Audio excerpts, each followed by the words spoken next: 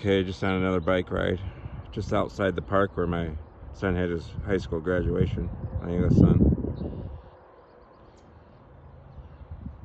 And there's the ball fields. I drove around down through there, and I came to this little culvert train trestle. Thought it was pretty cool looking. And I don't know if the camera's gonna pick it up.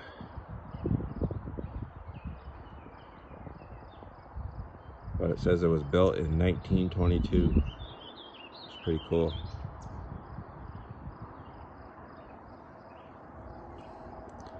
Beautiful little spot here.